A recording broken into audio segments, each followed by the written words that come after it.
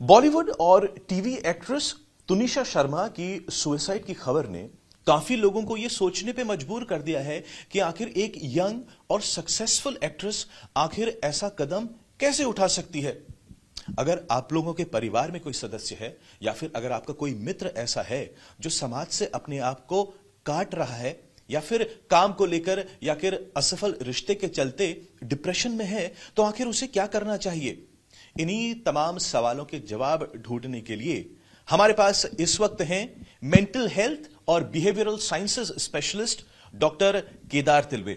Doctor, आपसे मैं जानना चाहता हूं, जब भी कोई इंसान इतना बड़ा एक्सट्रीम स्टेप ले लेता है तो आखिर उसके दिमाग में क्या चल रहा होता है। यूजुअली आपको समझना चाहिए कि एक कारण नहीं होता, it is a multifactorial aspect जिसको हम बायोसाइकोसोशल मॉडल से देखते हैं, जिसका मतलब ये होता है कि पेशेंट के मन में एक बीमारी के लक्षण होते हैं usually which causes biological changes which have been shown. Along with that psychological stress होता है जिसके वजह से आदमी का जो दुनिया को देखने का नज़रिया है वो पूरा हताश हो जाता है, निराश हो जाता है।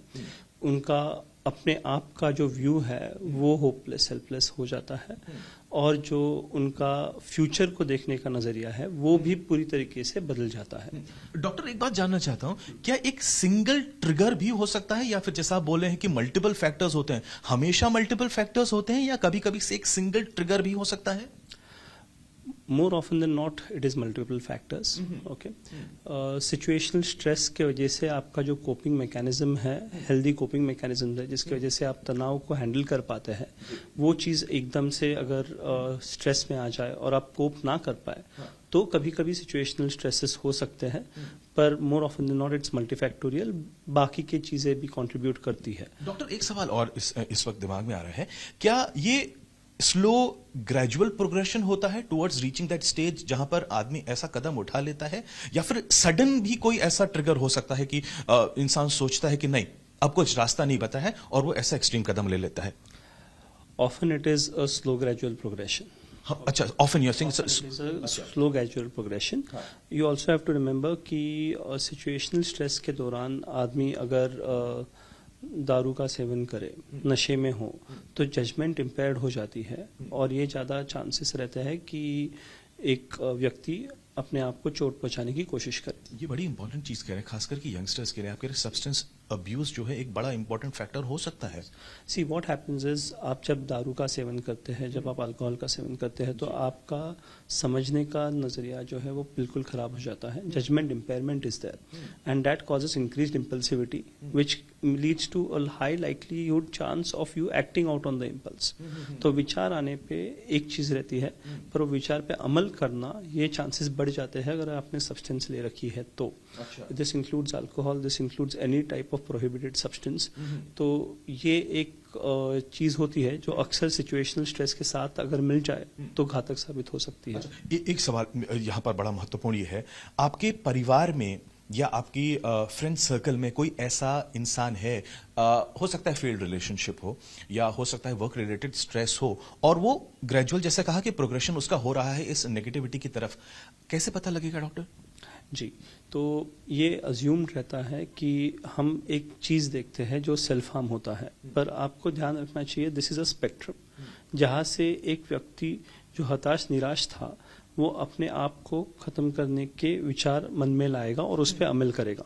ये स्पेक्ट्रम पे एक्ट करने के लिए जो लक्षण होते हैं वो हमें दिखने लग जाते हैं। दिस इंक्लूड्स लोनलीनेस, आइसोलेशन, एकांत रहना, लोगों से बातचीत ना करना, सोशल मीडिया पे इंटरेक्शंस कम हो जाना, सडन चेंज इन बिहेवियर्स नजर आते हैं। अक्सर ये भी देखा गया है कि अगर आप अपने आप को चोट पहुंचाने के ख्याल आ रहे हैं तो आपको ऐसी चीजें करने की हिस्ट्री होगी। And in fact a previous self-harm attempt or a previous suicidal attempt is the worst prognostic feature possible for the next self-harm attempt. मेरे दो सवाल है यहाँ पे। सबसे पहला मेरा सवाल तो है, जैसा कि आपने हिस्ट्री में कहा, if somebody has a prolonged history, somebody who's attempted to commit suicide in the past as well, तो उसको कैसे अप्रोच करें, पहले ये बताइए मुझे।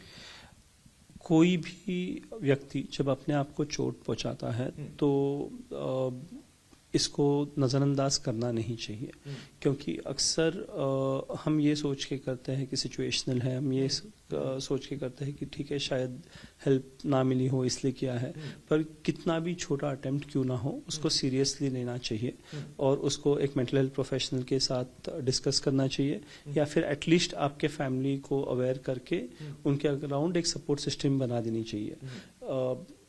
Unmuting yourself about the self-harm ideas and talking about it is perhaps the most likelihood of you getting help when it is required. अच्छा, हमारे फ्रेंड सर्कल में कोई हमें लगता है हमारा फ्रेंड है जो कि इज शोइंग टिपिकल टेंडेंसीज, जो आप ऐसा बोल रहे हो, सोशल मीडिया से अपने आप को दूर कर रहा है, लोनलीनेस उसमें ज्यादा नजर आ रही है, या हमारे परिवार में कोई ऐसा सदस्य है जो ऐसे ट्रेट्स दिखा रहा है, हमारी अप्रोच क्या होनी चाहिए उसके लिए? How should we deal with that person और उसको ये भी ना लगे कि हम उसके खिलाफ जा रहे हैं? ये माना जाता है कि अगर आप ये चीज को डायरेक्टली पूछें तो ये गैर इट्स अ मिसअंडरस्टैंडिंग कि वी थिंक कि talking about self harm will increase the likelihood of self harm.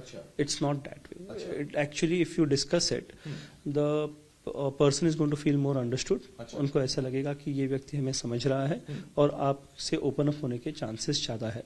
जब ऐसा कोई बिहेवियर आपको दिखता है तो आप उनसे आराम से कॉन्फिडेंस में लेके एकांत में, पब्लिक में नहीं, और जेंटली अगर पूछे तो they will always open up on what is troubling them and what is bothering them. इस मौके पर डॉक्टर हमें लगता है कि हमें पहचान जाना चाहिए कि अब मेडिकल हेल्प बहुत जरूरी है और डॉक्टर को अप्रोच करना चाहिए. अगर आपको डाउट है तो आप अप्रोच कर सकते हैं. See we are mental health professionals, we are not lawyers, we are not जजेस, we are mental health professionals. हमारा काम होता है कि आप को हेल्प करें. तो आप कभी भी किसी भी व्यक्ति को या अपने खुद के लिए हमारे पास आएंगे तो हम आपको सुझाव देंगे और हम आपको सोल्यूशन बताएंगे. जनरली क्या होता है ना डॉक्टर, कि फैमिली में या फ्रेंड सर्कल में अगर कोई मेंटल हेल्थ की बात करता है, डिप्रेशन की बात करता है, तो उसको बड़े नेगेटिव तरीके से देखा जाता है. डॉक्टर्स के पास जाने से लोग कतराते हैं इस इश्यू को लेकर. आप एक्सपर्ट हैं, आप जनरल लोगों से क्या कहना चाहेंगे जब फ्रेंड्स आपको सुने, आप फैमिली मेंबर्स अगर आपको सुनते हैं, अगर आसपास उनके कोई ऐसे लोग हैं, तो it's not a matter of shame. As an expert आप क्या कहना चाहेंगे? अगर आपकी हड्डी टूटती है, आपका मसल स्प्रेन होता है तो आप डॉक्टर के पास जाते हैं. तो अगर आपके माइंड को ऐसा कुछ हो रहा है तो आप क्यों कतराते हैं? दूसरा, with the evident of tele health, tele mental health, आपको ऐसे भी एसएस लाइंस है, जैसे हेल्पलाइंस होते हैं जो रन होते हैं रेगुलरली. आप उनको फोन करके भी बात कर सकते हैं. They are usually confidential, they are usually toll free.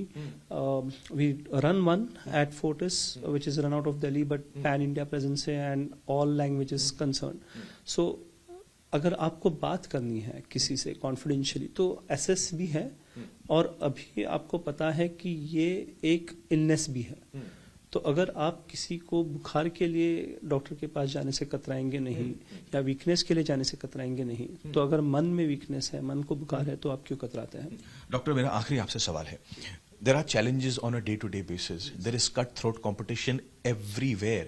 तो वो जो प्रेशर रहता है माइंड पे, बॉडी में, वो तो हम और आपको सबको हर रोज झेलना ही पड़ता है. There is no way out of it, खास करके आजकल के जमाने में ही. अब अगर मानो कि कोई व्यक्ति है, उसे महसूस हो रहा है कि मुझे बहुत ज्यादा मेंटल स्ट्रेस है, and this stress is not going anywhere, क्योंकि कल भी मुझे ऑफिस जाना है, परसों भी काम पे जाना है, और ये तो कंटिन्यू ही रहने वाला है, यू नो. और कभी कभी ऐसे टेंडेंसीज आती है, कई लोग बात भी करते हैं ना, मेरा मन अब जीने का ही नहीं करता है. अपने आप को कैसे मदद करी जाए? अपने आप को कैसे बताया जाए कि we are strong, we can get over this situation? So first you have to unmute yourself. अगर इसका क्या मतलब है doctor? Unmute yourself is basically you have to speak up about it. आप इसके बारे में बात कर ले, किसी भी क्लोज व्यक्ति को बता दे, आप अकेले नहीं हैं. See there is a good song which goes you will never walk alone, and it is true.